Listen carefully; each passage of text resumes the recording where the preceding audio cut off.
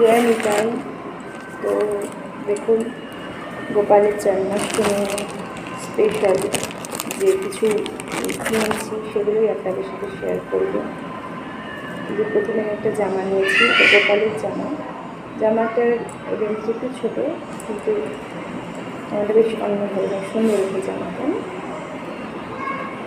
আপনাদের কেমন লাগছে জানাবেন। তো গোপালের একটা জামা, এটা একটা ছোট্ট আসন নিয়েছি।